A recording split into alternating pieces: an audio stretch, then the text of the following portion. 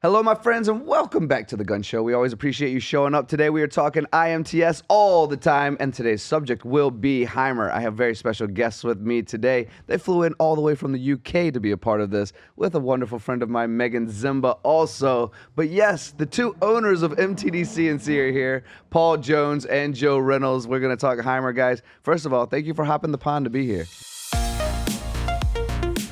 Welcome back to The Gun Show, my friends. This is the VIP edition.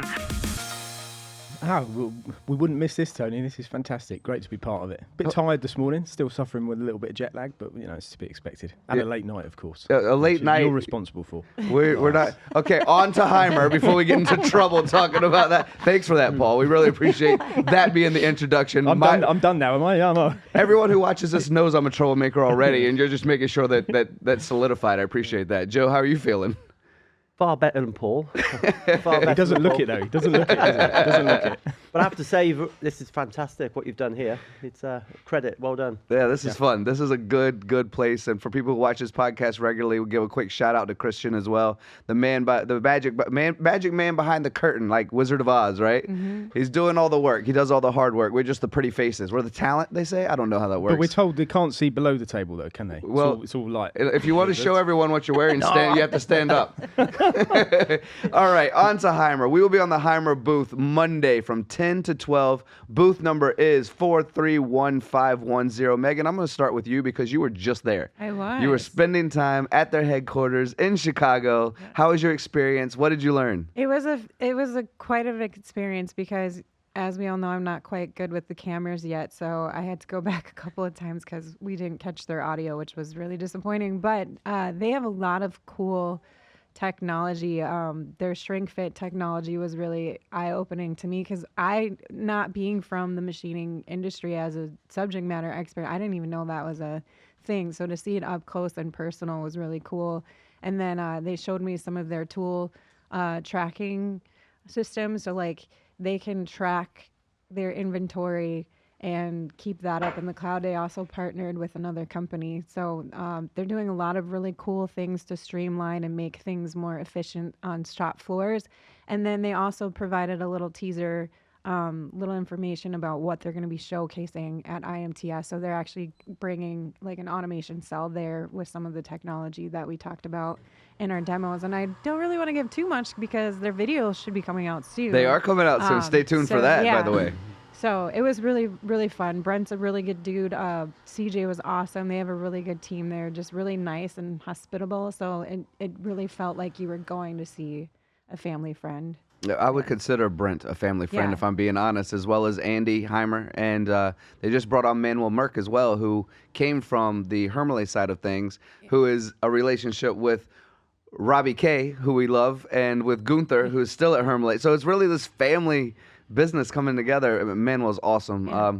All right, a little bit closer to their main headquarters is where you guys call home in the UK. What have you guys seen with Haimer? I've been to the headquarters. Have you been to the Joe, you've been to the headquarters, right? Yeah, a few times. But Paul, you have not. No, I've not. But I've seen. I mean, they seem to be everywhere I go. It's almost like they follow me around, But most of these kind of open houses and events that we go to, Haimer will always have a presence. The last one I went to was a Starag Tech Day, the aerospace. They were there. Days. They were there, and they had their kind of digital tool room, which they talk about, which you wouldn't normally necessarily associate a tool room with needing to be digitalized because it's a tool room. You know what I mean? We've all used manual mills and conventional lathes and all the rest of it.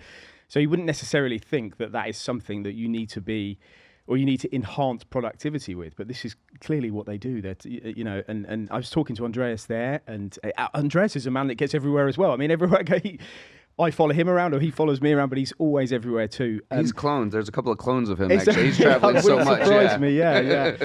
But what fascinated me, and I know Megan just touched upon it about the heat shrink system. I look at that, and it always fascinates me. I think, how many times can you heat something up and cool it down and still maintain that level of tolerance and precision in machining? Yeah, it just defies science in almost to me. But specifically, what I certainly saw in Switzerland was the fact that they were taking everything from like the you know, from the heat shrink to the measurement, the tool cabinets where you check in and check out tools. So it's basically, you know, foolproofing the production of a tool room, which, you know, for me, if that's something similar, which I'm sure it will be, what they'll be showing at the IMTS show, then it's definitely, you know, something that should be considered and seen. Yeah. And Andreas will be there as well, I'm sure. He'll at least half the time because A and B is during the he's same gonna week. do the same as us probably. Yeah, Maybe fly from one to the other. One to the other. That's right. So Joe, Paul brings up a great point about the tool room, right? But you and I have been to the headquarters and seeing their tool room is all digitalized. So it's not like they're implementing an idea that they don't utilize themselves. Their tool room is fascinating with how under control it is. I mean, it's really good. At EBITDA Growth Systems, we guarantee to double your value in 3 years. Well, instead of telling you about a guarantee, how about if I tell you a story? We had a shop owner come to us at an event saying, I'm not sure if you can help us. He said, we have our credit lines maxed out in our business. I have a second mortgage on my home, it's maxed out. I'm not sure what to do. I have a payroll coming up next week and I don't know if I'm gonna make it. Can you help us? We said we weren't sure, so we came in and we came alongside of him. In 18 months, he went from not having any money to having over $800,000 in the bank and having a 6 times exit what his value was at that day. And now he's living a life that he always dreamed of with his family. And it's fantastic, and that's what's really rewarding for us, and that's what EBITDA Growth Systems is all about. If you want to know more about EBITDA Growth Systems, go to www.ebitagrowthsystems.com, EBITDA growthsystems.com, and go to our contact page where I will reach out to you personally.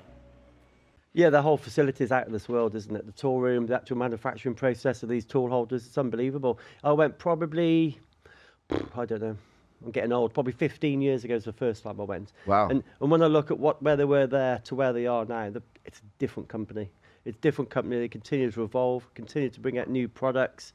I think back home, they're probably most famous for the shrink fit tooling, in all honesty, with obviously the machines as well. Global leaders in tool balancing, which is an undersold concept globally. Balancing, I mean, that's I'm going to talk about that in just a minute, actually, because when I first saw the way they demoed it for me when I went to their headquarters, I'm going to explain it in just a minute because I want you to continue, Joe. But yeah, we'll get into balancing in just a minute because the way they demoed it to me, I'm going to find out if they did the same for you. But immediately I realized, holy crap, the world needs to know about this because we're destroying our machines without even realizing it. So we'll get into that in just a minute, but please continue, Joe. Yeah, no, just saying, home in the UK, obviously, tool holders, most machine shops have got Haimer tool holders, whether you're a small company or a large company. Yeah, tool balancing, there's not enough adoption in the UK, but I do think that's a global problem. We do see them, don't get me wrong. In fact, it's the only one I've ever seen is a Haimer in an end user. But yeah, and obviously the tool presetting, that's an area. They had the acquisition of Microset probably, I don't know, time flies, 7-8 years ago maybe. And that's continued to improve, continue to evolve. And yeah, we just see more and more Haimer. Like Paul says, you can't go to a trade show or even a regional open house without seeing Haimer somewhere, can you? Yeah, and the booth is always glowing, and it's always busy. It's the highlight of the hall. I remember a lot of a times. party they had something. When was the one we went to where they had this What, an great emo? party at the end I of think the it was day? an emo. Yeah, Everyone double was there. floor, yeah. The lights were going. Yeah, it was anyway. Were you dancing that? Don't I always dance? There's no. You can't stop these dance moves. Badly. Oh, I never said it was good, but it's going to happen. I want to talk about balancing real quick, but before I get into balancing, cutting tools. They do cutting tools as well, which a lot of people don't associate with Haimer all the time. But I mean, everything from the tool holder and the cutting tools and the balancing and measuring, and it's all there. It's all incorporated. So Megan, I don't know if you did this or not, but Fernanda and I actually were in Mexico, and a gentleman, we won't say the machine name, but a gentleman bought what he considered an average machine, right? He didn't invest millions of dollars in the highest quality machine. Then he adopted the Haimer product with the balancing, with the cutting tools, which gave him the precision he was looking for on a more or less middle of the range machine. And he was making molds, die molds with accuracy and mirror finishes thanks to the Haimer product. But balancing, okay. So when I went there at the headquarters, I'm not sure if you did this or not, Megan, they gave me this big wheel, right? And you spin this wheel, and there's a couple of magnets on it. So you take the magnets and you put them on the outer edges, and you try to hold on to it, and you're literally moving back and forth trying to hold on to this thing. And then they put the magnets in the center, and you're like, holy crap. That's what's happening to our tools? Imagine that happening all day, every day, in these expensive machines we invest in. Granted, it could be a 1/4-inch tool, or if we're in millimeters, you know, a 4 mm tool or something like that. But when you start getting to the more out of balance, bigger tools, maybe some of those face mills that are out there when they're out of balance, you can really destroy a machine that way. Did you get to go through that process also? Yeah. So rumor is that I did a lot better job than you did. Don't you always? Are you spreading that rumor? No. Brent said it on tape, so we have it recorded. It is documented. But no, it was really interesting. It looks like a Thor hammer, basically, and it's just 2 wheels that, like you mentioned, on each side. So when you don't have the magnets on one or the other side, like it spins and it doesn't like shake or whatever. But even like with the slightest imbalance, it's amazing how much your hand like shakes and wobbles a little bit. And yeah, that can not only destroy your tool, but also the part you're trying to cut. Like you're not going to get the accuracy or the tolerance.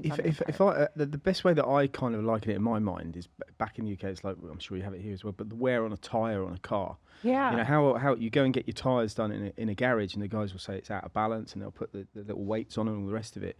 But you can see the evidence on the tyre if it has been out of balance for a significant period of time, what an impact that's had on the wear and tear. So if you kind of associate that then with your machine or your cutting tool, it's got to be something. And we, you know, I know we come from a UK and European perspective, but it's definitely not. It's well undersold. People, I cannot remember the last machine shop I went into where they were balancing their tools. I mean, it just doesn't happen. It's crazy. It's very common in grinding shops for whatever reason. I was just in Fullerton Tool where they were doing all the grinding and they had a balancing system there as well, yeah. Every machine shop should have one, without question. Yeah, you get your money back eventually anyway, because the tool life savings, you know, certainly when you look at some of these smaller diameter tools, are cutting off centre, you might only be cutting on 2 out of the 4 flutes or whatever, because they're out of balance. It makes no sense at all. Your analogy about the car wheels, 100%. If you've ever gone down the motorway and your wheel's out of balance, you're shaking, aren't you? Well, it's like watching you run. When he runs, he's out of balance. Is that what it is? Yeah. You can see he's got one leg longer than the I'm other. all spine in line, perfectly balanced, Tony, as you would imagine. You don't want to see him running, honestly. Now I do, actually. You dancing and him running. Christian, can we get some B-roll for this video of Joe running, just so everyone understands how this works? We're going to have a foot race after this. Hey everybody, Mike Franz here with Shop Floor Coffee. For 20 years, we've been seeing the same issues going on with workforce development and the shortage in workers across the industry. We wanted a way to give back. Shop Floor Coffee is our way to do that. Proceeds from every bag or every type of coffee you buy from us go back to the community. We work with amazing programs and initiatives across the country where we're giving back. We want to help support the community. Come together with us. Join us in this effort to help support the community. Please, thank you very much.